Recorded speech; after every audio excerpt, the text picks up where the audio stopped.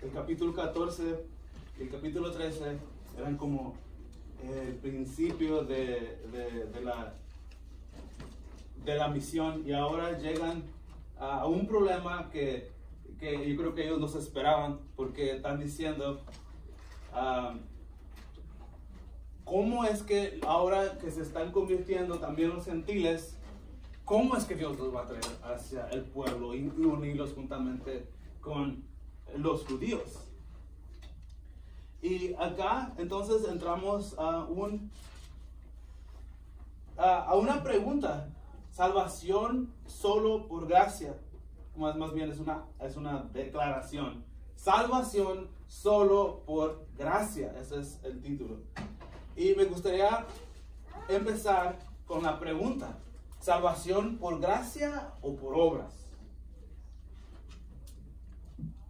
Y hoy yo creo que mi mensaje de hoy sería de que somos salvos por la fe. Somos salvos por gracia, por medio de la fe. Esa es la única manera por la cual podemos ser salvos. Y nuestro texto como base sería el versículo 11. Versículo 11, ahí está la clave de toda nuestra seguridad de la salvación. Dice: creemos más bien que somos salvos por la gracia del Señor Jesús. Yo creo que si quisiéramos, ahí podemos terminar el mensaje, porque ahí se termina todo, no hay más que agregarle. Pero por causa de ciertas cosas, ciertas doctrinas que se han infiltrado al pueblo de Dios, ahora tenemos que nosotros de una manera volver a revivir o poder entender qué es el Evangelio, para que nosotros podamos ver por qué nosotros somos salvos por gracia. La única manera por la cual podemos hacer eso es entendiendo el Evangelio. Si no entendemos el Evangelio, no vamos a entender lo demás. Entonces vamos a ver, lo primero vamos a ver cómo es que se debe de tratar los asuntos doctrinales dentro de la iglesia. Y eso es lo que miramos, cómo se tratan las controversias doctrinales dentro de la iglesia. Para eso le digo que tenemos que entender claramente lo que es el Evangelio. Ahora, entendiendo el Evangelio, que Dios es justo y santo y que nosotros todos somos pecadores. Cuando nosotros entendemos eso, de que Dios es santo y que nosotros estamos apartados de este Dios santo, entonces realmente hacemos esa distinción entre lo santo, lo que es Dios, y la creación que somos nosotros.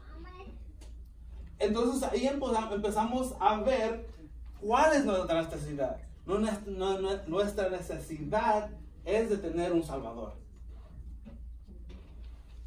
La única manera por la cual nosotros podemos hacer eso es reconocer, arrepentirnos de nuestros pecados y saber de que estamos muertos, que si fuera por nosotros mismos no podemos hacer nada. Romanos 8 nos dice de que el hombre natural no busca de Dios. El hombre natural por sí mismo no busca de Dios. Esos somos nosotros, éramos nosotros. En nuestros labios dice que estaba el veneno con el continuo hacer el mal. Esos éramos nosotros. Primera de Corintios, vamos a ver Primera de Corintios. Parece que es el capítulo.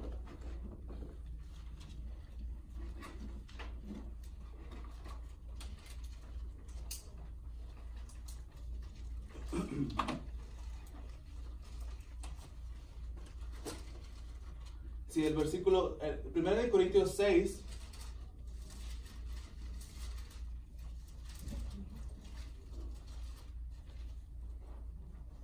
el capítulo 6, versículo 9, dice: ¿o no saben que los injustos no heredarán el reino de Dios? No se dejen engañar, ni los inmorales, ni los idólatras, ni los adúlteros, ni los afeminados, ni los homosexuales, ni los ladrones, ni los ávaros, ni los borrachos, ni los difamadores, ni los estafadores heredarán el reino de Dios. Y esto era alguno de nosotros. Esto era alguno de nosotros.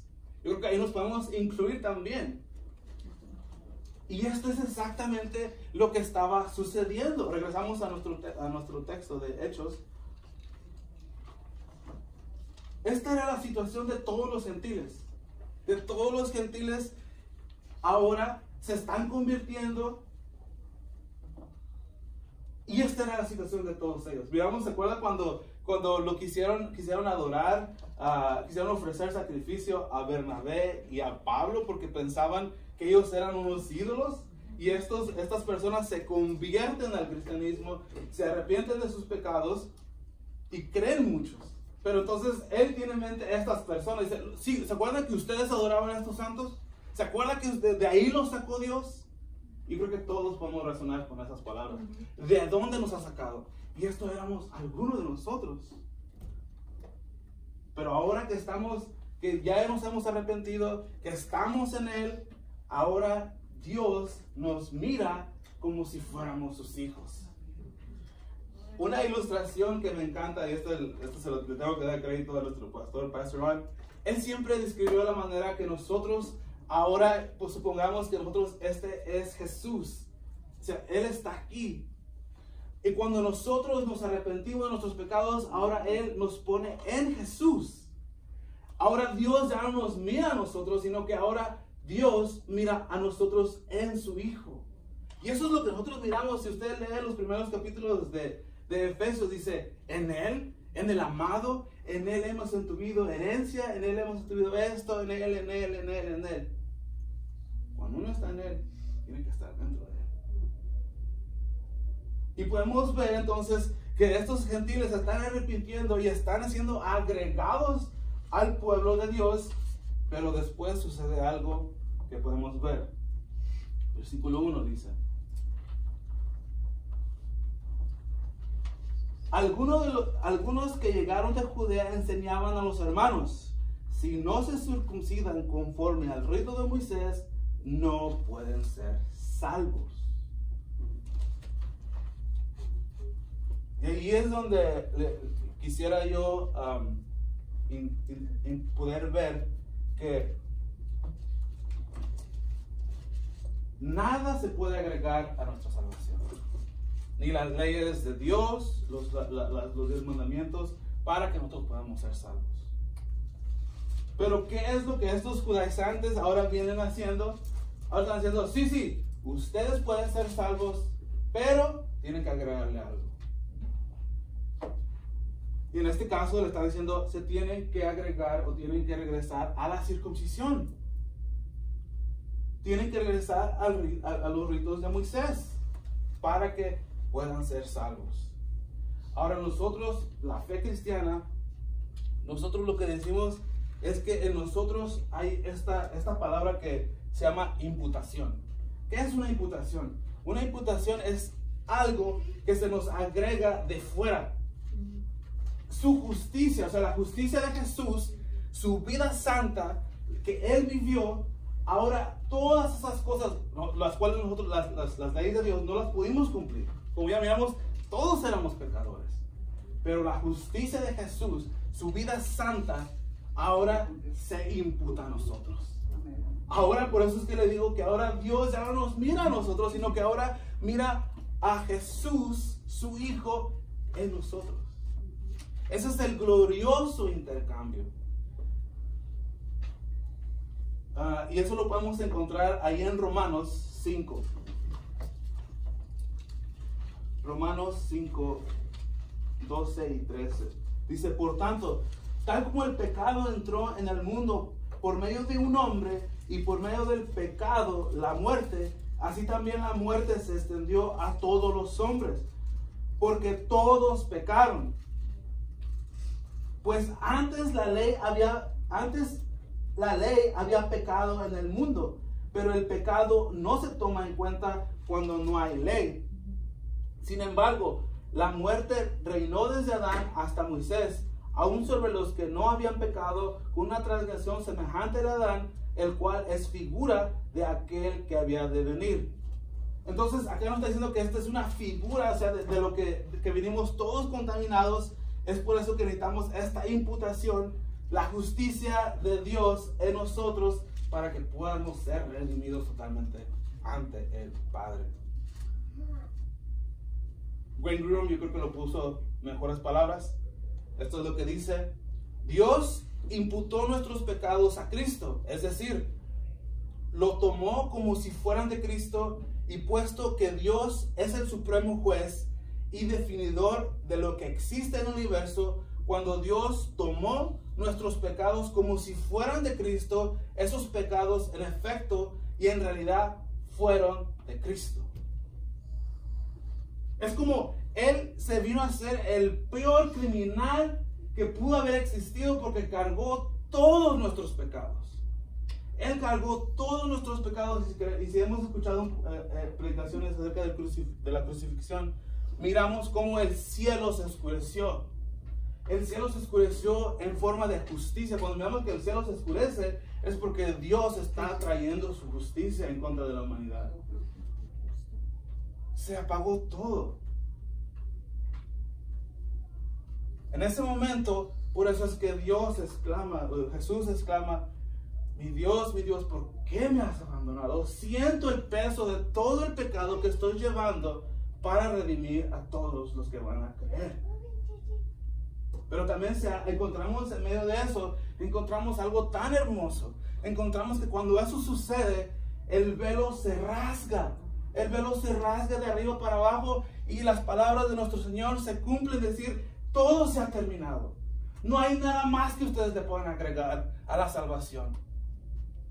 En el griego dice tetelestai, o sea, es terminado, es consumado. No hay deuda más que pagar. Entonces, ¿cómo es que ahora los seres humanos queremos tratar de agregar algo a nuestra justificación? Decimos: ¿eres salvo? Sí, eres salvo por gracia, por fe, más. Usted le puede poner lo que usted quiera. Eso es una herejía. ¿Qué más podemos agregarle al evangelio que es perfecto? Es como si yo dijera que yo no sé nada de música, pero es como si yo dijera ¿saben qué? Beethoven, le voy a hacer unas clasecitas. Sus canciones son perfectas. No hay nada más que agregar. El evangelio, el sacrificio de Jesús es perfecto. No hay nada que más agregar. Ahora nosotros, yo y mi esposa, venimos de una denominación pentecostés, donde se nos dice: tú eres salvo por gracia, por fe, más, y luego tenían unas reglas. Tienes que venir con velo, porque eso era una parte del velo. Si tú no tienes velo, eres más baja que las demás, porque no estás expresando la espiritualidad que las demás que se cubren. No puedes venir con pantalón, porque eso va en contra de las reglas de la denominación. Tienes que dar tus diezmos, porque si no, no puedes participar de ciertas cosas. No puedes predicar, no puedes tocar, porque no estás haciendo estas cosas. Y esto es lo que dice, lo que lleva a una carga. O sea, lleva una carga. Salen de un lugar y ahora los ponen a otro lugar, le ponen una carga sobre el pueblo. Algo que ni siquiera ellos pueden llevar. Y es lo que los mismos discípulos dicen. Ahora, ¿por qué nosotros le queremos poner una carga al pueblo que ni nosotros ni nuestros padres podían hacer? Y eso es la pregunta que me gustaría hacer a estos predicadores que predican esto. ¿Cuánto es suficiente? O sea, si tú me dices que tienes que orar, ¿cuánto tengo que orar? ¿Tú tienes que ayunar? Ok, ¿cuánto tengo que ayunar? ¿Acaso las reglas de un hombre son más altas que las leyes de Dios? No, no puede ser. Entonces, cuando una persona dice: sí, puede ser salvo más esto, es como si le están diciendo, están quitando lo que Dios nos ha dejado y están diciendo: yo soy superior a Dios y esto es lo que tú tienes que ver, porque si es como se mira una vida santa por medio de lo que yo estoy haciendo. Totalmente equivocado. Totalmente. Ahora, todas esas cosas, no me malentendan, todas esas cosas son buenas. El ayuno sería bueno, el diezmo lo decimos, si lo que ustedes quieren dar, que lo den, pero no con compulsión, no estamos detrás de ustedes, o si ustedes lo dan, no pueden participar. Entonces, allí nosotros podemos estar equivocados en nuestra escatología, podemos estar a lo mejor hasta equivocados en algunos de nuestros textos, pero en la salvación no podemos estar equivocados, porque ahí depende todo nuestro futuro. Si nosotros le erramos al Evangelio por medio de la salvación, estamos fritos. Y eso es nuestra tarea como predicadores, es de volver a revivir el Evangelio para ver si se ha diluido o se ha infiltrado algo que nosotros no nos hemos dado cuenta. Entonces, para ser más claro, salvación por fe y solamente por fe. No se le puede agregar más. Cuando usted escuche a un hermano dice, oh, si tú puedes ser salvo por gracia, por fe, más, para luego dile, espérate, estás caminando en un lugar muy peligroso. Estás agregando algo al Evangelio. Y eso es lo que vamos a ver ahorita. Eso es lo que vamos a ver ahorita, lo que nos dice Gálatas. Ahora regresamos. El libro de Gálatas fue escrito entre este periodo, entre el capítulo 14 y el capítulo 15. El libro de Gálatas fue escrito ahí. Y fue escrito más o menos en el año 48, si no me equivoco, aquí están mis notas. Pero también miramos que el libro de Gálatas, y aquí es donde me tengo que llevar a Nancas con mi hermano Raúl, porque él ya está cubriendo eso, y siempre me impresiona, digo, wow, no pudo haber caído en un mejor tiempo para mirar todo el contexto de lo que estamos viendo los miércoles y los domingos. Le voy a dar lectura, yo creo, con los primeros 2 capítulos, no para agregar nada, nuestro hermano ya hizo un excelente trabajo, simplemente para agarrar un contexto de lo que está sucediendo. Entonces Pablo escribe y dice, Pablo, apóstol no de parte de los hombres, ni mediante hombre alguno, sino por medio de Jesucristo y de Dios el Padre, que lo resucitó de entre los muertos. Y todos los hermanos que están conmigo a las iglesias de Galacia. Gracia y paz a ustedes de parte de nuestro Señor, de nuestro Padre y Señor Jesucristo, que Él mismo se dio por nuestros pecados para librarnos de este presente siglo malo, conforme a la voluntad de nuestro Dios y Padre, a quien sea la gloria por los siglos de los siglos. Amén. Y luego aquí empieza, dice, me maravillo de que tan pronto ustedes han abandonado a aquel que los llamó por la gracia de Cristo para seguir un evangelio diferente, que en realidad no es otro evangelio, sino que hay algunos que los perturban a ustedes y quieren pervertir el evangelio de Cristo. Pero si aún nosotros, un ángel del cielo, les anuncia otro evangelio contrario al que les hemos anunciado, sea maldito, sea anatema. No queremos estar ahí. Nadie quiere estar ahí. No le agreguen más al evangelio. No se le puede agregar nada más. Seguimos leyendo, dice, como hemos dicho antes, también lo repito ahora. Si alguien les anuncia un evangelio contrario al que recibieron, sea anatema. Porque busco ahora el favor de los hombres o el de Dios. O me esfuerzo por agradar a los hombres. Si yo todavía estuviera tratando de agradar a los hombres, no sería siervo de Cristo. Pues quiero que sepan, hermanos, que el evangelio que fue anunciado por mí no es según el hombre. Pues ni lo recibí del hombre, ni fue enseñado, sino que lo recibí por medio de una revelación de Cristo. Porque ustedes han oído acerca de mi antigua manera de vivir en el judaísmo, del cual desmedidamente perseguía yo a la iglesia de Dios y trataba de destruirla. Yo aventajaba en el judaísmo a muchos de mis compatriotas, contemporáneos, mostrando mucho más celo que por las tradiciones que mis antepasados. Pero cuando Dios, que me apartó desde el vientre de mi madre y me llamó por su gracia, tuvo a bien revelara a su Hijo en mí para que yo lo anunciara entre los gentiles. No consulté enseguida con carne y sangre, ni subí a Jerusalén a los que eran apóstoles antes que yo, sino que fui a Arabia y regresé otra vez a Damasco. Entonces 3 años después subí a Jerusalén para conocer a Pedro y estuve con él 15 días. Pero no vi a ninguno de los otros apóstoles, sino a Jacobo, el hermano del Señor. En lo que les escribo, les aseguro delante de Dios que no miento. Después fui a las regiones de Siria y Cilicia, pero todavía no era conocido en persona en las iglesias de Judea, que eran en Cristo. Ellos solo oían decir: el que en otro tiempo nos perseguía, ahora predica la fe que en un tiempo quería destruir, y glorificaban a Dios por causa de mí.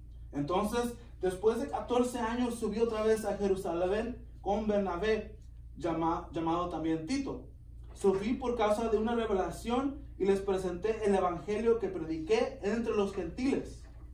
Pero lo que hice en privado y lo que tenía alta reputación, para asegurarme de que no corría ni había corrido en vano. Pero ni aun Tito, que estaba conmigo, fue obligado a circuncidarse, aunque era griego. Y esto fue por causa de los falsos hermanos introducidos secretamente, que se habían infiltrado para espiar la libertad que tenemos en Cristo Jesús, a fin de que someternos a esclavitud, a los cuales ni por un momento cedimos para no someternos, a fin de que la verdad del evangelio permanezca en ustedes, y de que aquellos que tenían reputación de ser algo, nada me importa. Dios no hace excepción de personas. Pues bien, los que tenían reputación nada me enseñaron, sino al contrario, vieron que se me había encomendado el evangelio a los de la incircuncisión, así como Pedro le había sido a los de la circuncisión. Porque aquel que obró eficazmente con Pedro en su apostolado a los de la circuncisión, también obró eficazmente para conmigo en mi apostolado a los gentiles. Al reconocer la gracia que se me había dado, Jacobo y Pedro, Juan, que eran considerados como columnas, nos dieron a mí y a Bernabé la diestra de compañerismo, para que nosotros fuéramos a los gentiles y ellos a los de la circuncisión. Solo nos pidieron que nos acordáramos de los pobres, lo mismo que yo estaba deseado en hacer. Y aquí es donde se nos vuelve a recordar lo que estaba sucediendo. Dice: pero cuando Pedro vino a Antioquía, me opuse a su cara, porque él era digno de ser censurado. Porque antes de venir algunos de parte de Jacobo, él comía con los gentiles. Pero cuando aquellos vinieron, Pedro empezó a retractarse y apartarse, porque temía los de la circuncisión. Y aquí vamos a pararnos para dar un poquito de comentarios. Entonces, ¿qué es lo que estaba sucediendo? Están todos los discípulos en Jerusalén, llegan los judaizantes o los de los que practican todavía los ritos de Moisés, y empiezan a poner disturbio en el pueblo. Y aquí a mí me hubiera gustado mirar esta confrontación entre Pedro y Pablo. ¿Se imaginan? Pedro era un hombre de carácter, y ahora Pablo se está poniendo a la cara de este hombre y decir: hey, lo que tú estás haciendo está mal. Y esa es lo que se nos nota, de que aun cuando Pedro era el primero entre todos los iguales, uno de los discípulos viene y les llama la atención. Así como nosotros lo podemos hacer con nuestros pastores, con nuestros ancianos, si miramos que hay algo mal. Podemos ir, una persona común como nosotros, podemos ir y llamarle la atención por qué está diciendo ciertas cosas. Y luego dice: pero cuando vi que no andaba con rectitud en cuanto a la verdad del evangelio, le dije a Pedro, delante de todos: si tú, siendo judío, vives como los gentiles y no como los judíos, ¿por qué obligas a los gentiles a vivir como judíos? Nosotros somos judíos de nacimiento y no pecadores entre los gentiles. Sin embargo, sabiendo que el hombre no es justificado por las obras de la ley, sino mediante la fe en Cristo Jesús, también nosotros hemos creído en Cristo Jesús para que seamos justificados por la fe en Cristo y no por las obras de la ley. Pues por las obras de la ley, nadie puede ser justificado. Nadie puede ser justificado. Y si de nuevo, si las leyes de Dios son las más altas porque fueron dadas por Dios, entonces ¿cómo ahora podemos, o queremos, o quieren, poner las leyes del hombre a la misma estatura de las leyes de Dios? Cuando miramos que por medio de las obras de la ley, nadie puede ser justificado.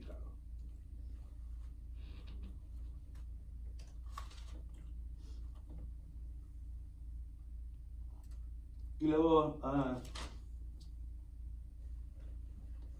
el último que vamos a leer en Gálatas es el capítulo 5, versículo 1, dice: para libertad fue Cristo, nos hizo libres. Por tanto, permanezcan firmes y no se sometan otra vez al yugo de esclavitud. Y aquí es donde yo creo se acuerdan las palabras de nuestro Señor Jesús que dicen: mi yugo es ligero. Entonces, cuando nosotros venimos a Jesús y dependemos de Él, su carga es ligera. Pero ¿qué es lo que los judaizantes o otras personas de ciertas denominaciones, qué es lo que quieren hacer cuando se convierten? Vienen y como que le quieren poner otro yugo. Un yugo será ese pedazo de madera que le ponían a los bueyes para jalar la yunta. Entonces es lo que quiere decir. Dice, a ustedes ya se les quitó esa carga. Pero ahora ustedes les quieren poner otra vez ese yugo para que sigan como esclavos. Regresamos entonces a nuestro texto. Si verdaderamente ya somos libres en Cristo, somos libres. Uno de los puntos, especialmente en Gálatas con el apóstol Pablo, en su frustración o su coraje que tenía, es de que la gente no puede ser salva con un evangelio diluido. No hay salvación. Por eso dice, no importa que si es un ángel mismo que viene a traer el evangelio, si no es el que les predicamos, porque dice, ni aún yo mismo, o sea, yo no puedo cambiar el evangelio, lo que me dieron, ni yo lo puedo cambiar. Y el problema es de que un evangelio diluido nunca va a salvar a nadie. No hay salvación, tiene que ser el único, el que dio Jesús, punto.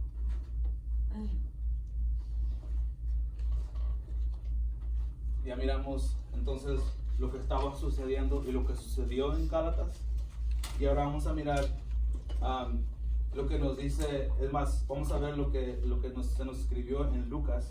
Esas son las palabras de Lucas 11:41.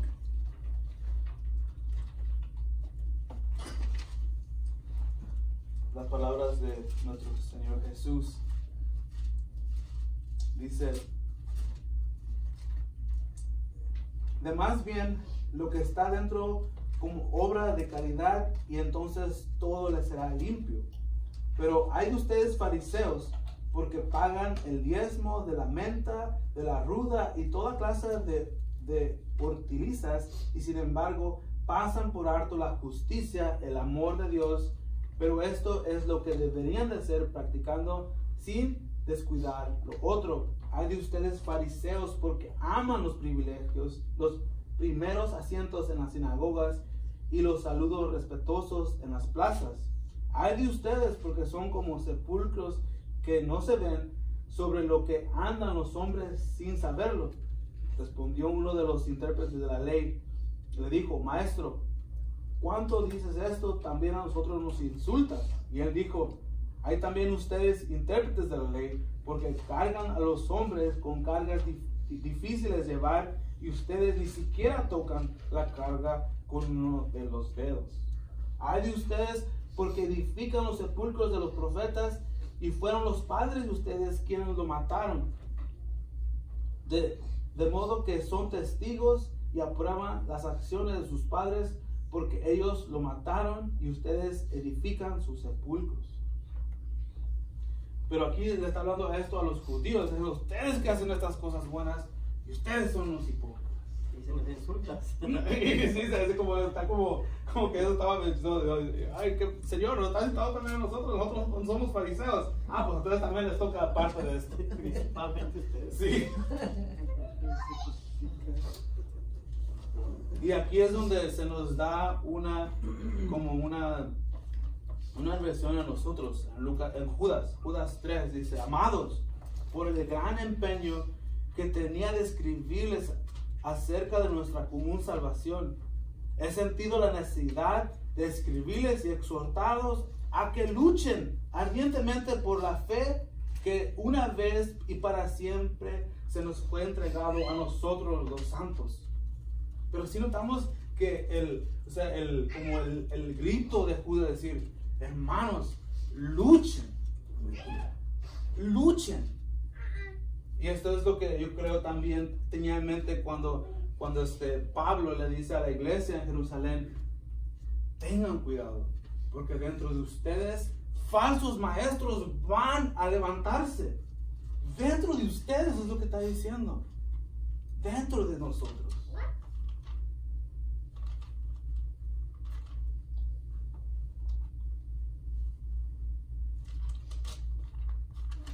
Nosotros tenemos que tener cuidado. Segunda de Pedro 2:1 dice: pero se levantaron falsos maestros entre el pueblo, no de afuera, sino dentro del pueblo. Así como lo habrá también falsos maestros entre nosotros o entre ustedes, los cuales encubiertamente introducen herejías destructoras, negando incluso al Señor que los compró, trayendo sobre sí una destrucción repentina. La advertencia de Pablo está diciendo: van a surgir falsos maestros dentro del pueblo. Eso es espantoso. Eso es espantoso para mí, porque dice, o sea, yo de afuera, pues sabemos de que afuera pues tenemos que siempre estar a la guardia, ¿no?, de las otras religiones. Pero ¿cómo nos preparamos para los de adentro? Eso es el trabajo de todos nosotros. El trabajo de todos los santos, así como se lo dice a todos los santos. La fe que se nos fue entregado a nosotros. Tenemos que luchar. Nosotros, no, como pastores, yo creo que no podemos cubrir todo, pero ustedes sí pueden cubrir lo demás. Nosotros nos encargamos de aquí para enfrente, pero ustedes se encargan de su círculo y de ustedes. Entonces podemos ver, ya digamos, o lo que les introduje es el legalismo. Eso es lo que se conoce como legalismo. Agregar algo humano al evangelio.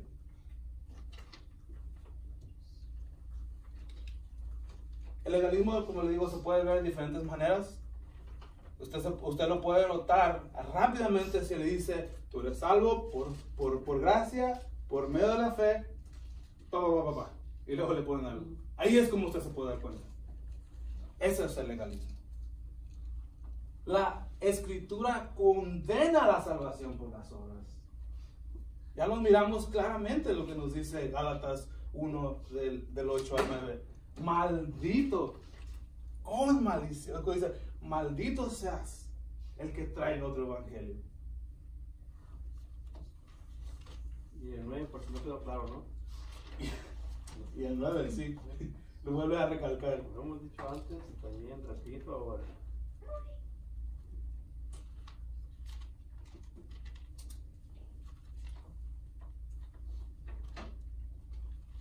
Efesios 2. Efesios 2:14.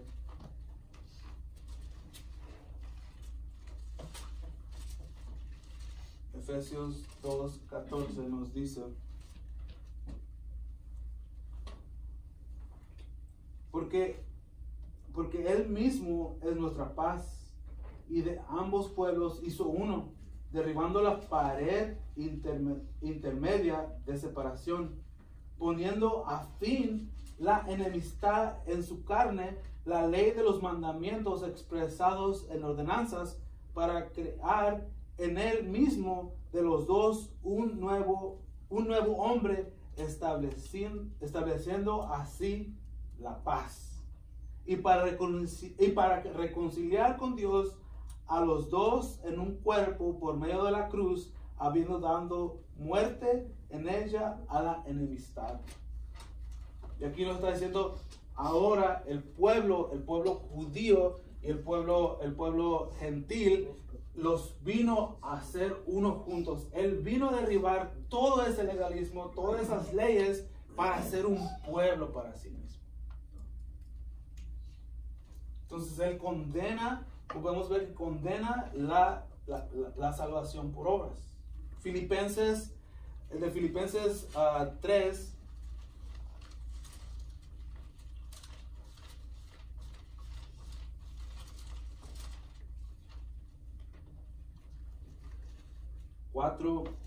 al 9.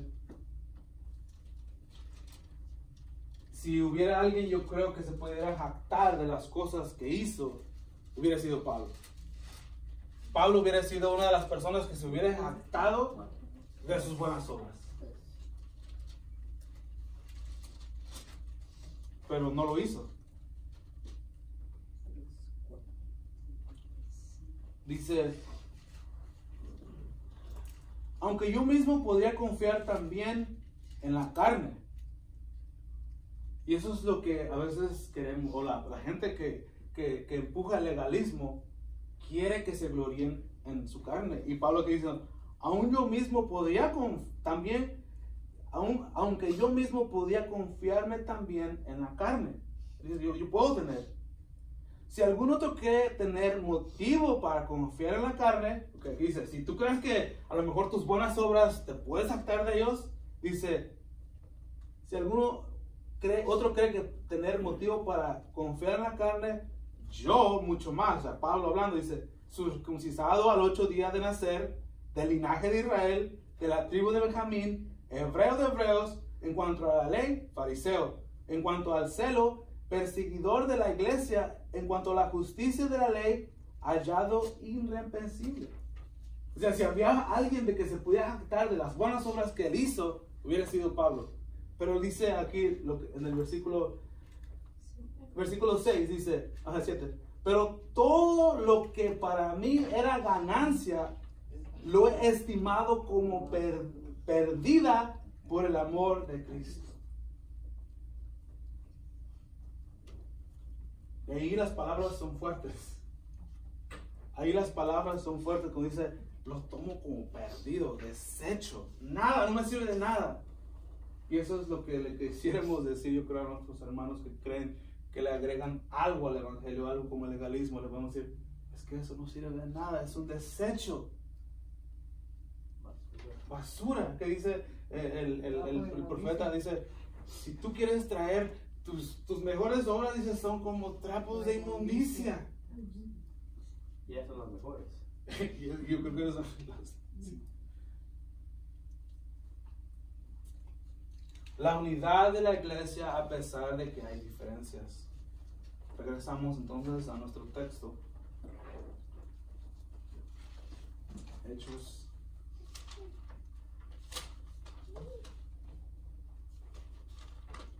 15. Dice entonces, algunos de los que llegaron de Judea enseñaban a los hermanos, si no se circuncidan conforme al rito de Moisés, no pueden ser salvos. Como Pablo y Bernabé tuvieron gran disensión y un debate con ellos, los hermanos determinaron que Pablo y Bernabé y algunos de otros subieran a Jerusalén a los apóstoles y a los ancianos para tratar esta cuestión. Lo interesante de que se me pasó aquí del versículo 1 dice, algunos que llegaron de Judea a los hermanos. No sabemos quiénes estos eran, pero al parecer estos judaizantes o este grupo de personas, al parecer que estaban siguiendo a Pablo. ¿Se acuerdan que la otra vez también miramos que había, dice, otras personas que venían diciendo que era lo contrario a Pablo? Y ahora lo vamos a ver otra vez que viene esta gente. Pablo viene sembrando y otra gente viene por detrás quitando la semilla. Su celo era grande. Solo lo podemos ver de cualquier ciudad que ellos iban, Pablo y Bernabé, también los judaizantes iban. Y luego dice, entonces ahí es donde se forma como un, este diálogo, o más bien que diálogo, este es un debate entre Pablo y Bernabé y este grupo de personas. Entonces dice, algunos otros de ellos subieron a Jerusalén a los apóstoles y a los ancianos para tratar esta cuestión. Así que, siendo enviados por la iglesia, pasaron por Fenicia y Samaria, relatando detalladamente la conversión de los gentiles, y causaba gran gozo a todos los hermanos. Entonces acá están diciendo la gente que está en Antioquía, hermanos, yo creo que sí, tienen que ir a Jerusalén, tienen que ir a ver ahora sí esta cuestión, porque ¿qué vamos a hacer?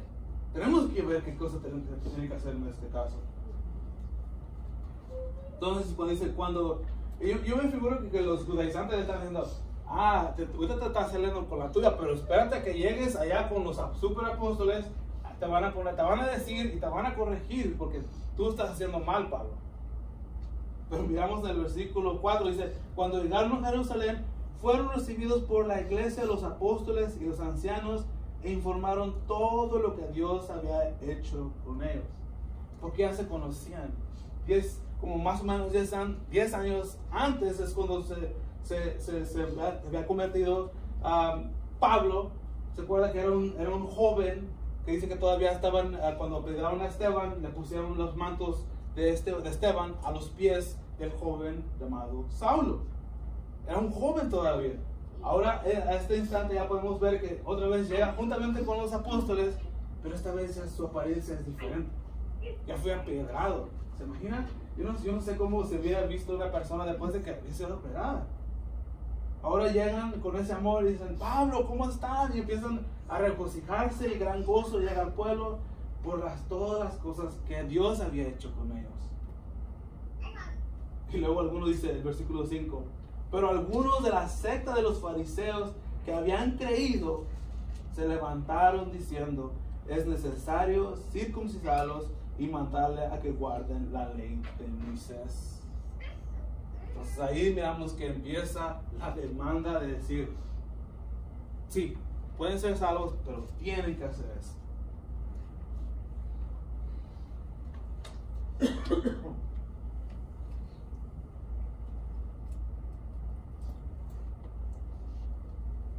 Pero también miramos que la iglesia tenía un compromiso de decir que somos salvos por la fe, por la gracia del Señor Jesús. Entonces, del versículo 6 en adelante, empezamos a mirar una de las palabras que a mí me gusta, el debate.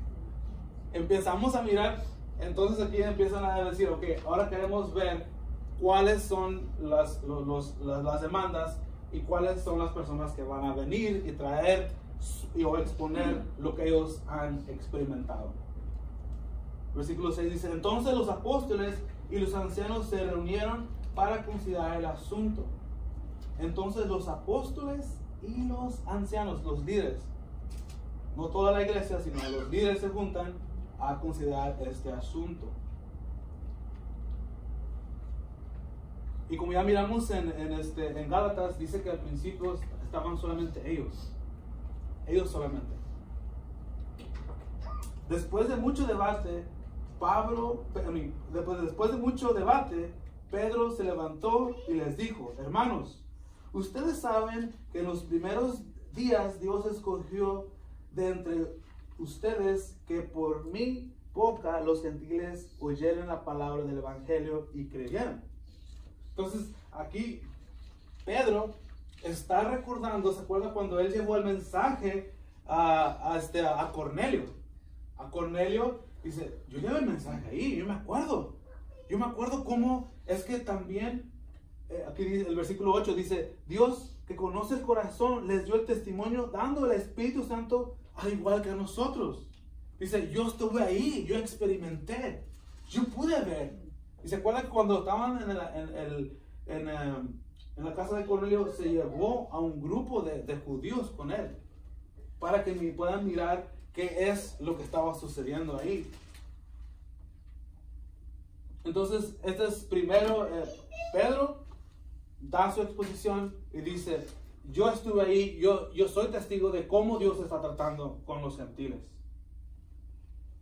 Y luego dice, y ninguna distinción hizo entre nosotros y ellos, purificando por la fe sus corazones.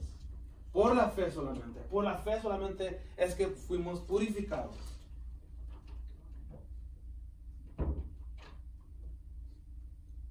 Ahora pues, ¿por qué tientan a Dios poniendo sobre el cuello Ahora pues, ¿por qué tientan a Dios poniendo sobre el cuello de los discípulos un yugo que ni nuestros padres ni nosotros pudimos llevar? Aquí se me hizo interesante que Pedro está diciendo, ahora pues, ¿por qué tientan a Dios? ¿Por qué lo están tentando, poniendo ciertas cosas? Y no sé, pero lo que a mí me vino fue cuando porque Pedro usa esta palabra de ¿por qué tientan?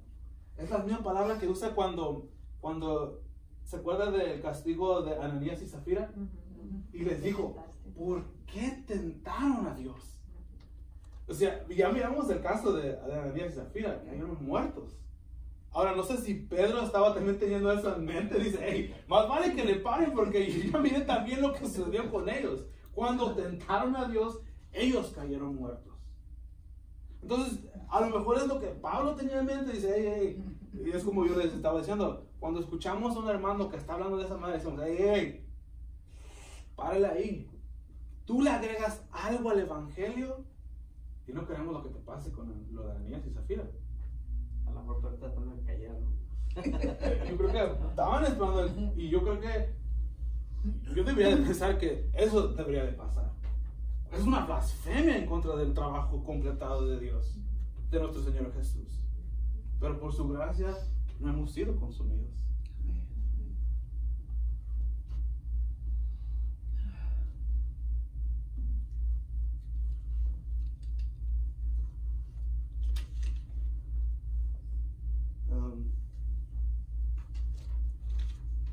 Versículo 11 dice, creemos más bien que somos salvos por la gracia del Señor Jesús de la misma manera que ellos también lo son. Creemos más bien que somos salvos por la gracia del Señor Jesús de la misma manera que ellos lo son. Para terminar, vamos a Efesios 2. Ustedes, yo creo que se lo saben, no lo sabemos de memoria, pero queremos ir ahí. Efesios 2, 8, 9 y 10. Dice, porque por gracia ustedes han sido salvados por medio de la fe. Y aquí podemos decir que aún ni la fe es un trabajo, aún ni la fe es una buena obra. La fe, aún la fe que tenemos, es dada por Dios. Entonces no podemos decir, me causa risa cuando un hermano dice, quiero que oren porque tenga yo más fe. Dios te dio de una fe perfecta. Esa es la fe que Dios da. Por eso es que los predicadores de la prosperidad, o los que dicen que en el poder de la persona está el hacer el bien y el mal en su boca, o que en su boca tiene el poder, pero cuando no sucede lo que ellos quieren que suceda, dice, oh, es porque tú no tienes fe. Espérate, pero aún la fe es un regalo de Dios. Dice, y esto no procede de ustedes, ni de mí, sino que es un regalo de Dios. No por obras para que nadie, ni aun Pablo se pueda glorificar. Nadie se puede gloriar. Porque somos hechura suya, creados en Cristo. Y ahí está la palabra que les está diciendo, en Cristo. Para hacer buenas obras, las cuales Dios ha preparado para que andemos en ellas. O sea, todas estas buenas cosas que aún nosotros podemos hacer, dice Dios, Aún esas yo ya las planeé. Yo ya las puse ahí para que tú camines sobre ellas. Y vayas y las hagas. Aún eso. Entonces, ¿dónde está nuestra jactancia? Solamente en Jesús. Nuestra jactancia está en Jesús. Les quiero, ahí vamos a cantar una canción, pero por problemas técnicos no se puede. Les voy a leer este canto.